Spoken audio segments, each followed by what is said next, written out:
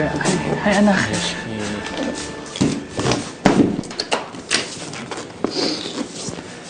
Dading, saan ka po galing? Pagdating po namin ni Ninang, wala ka na. Ano kasi, anak, may kinausap lang ako. Bakit po nilak niyo pati iyan? Paano po kapag dumating si nanay? Ano kasi, anak, may emergency lang si nanay sa trabaho. Hindi mo siya makakauwi. Diba po, sabi niyo, hindi na po aalis si nanay. Dito na lang po siya sa bahay. Kasi po, mag-a-abroad na po sila, Peter. Ano kasi, anak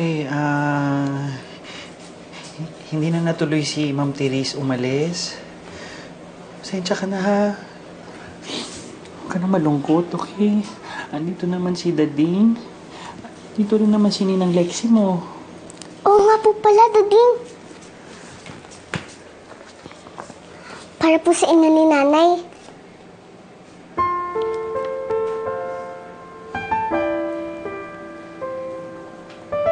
Bakit po kayo malungkot, Dading?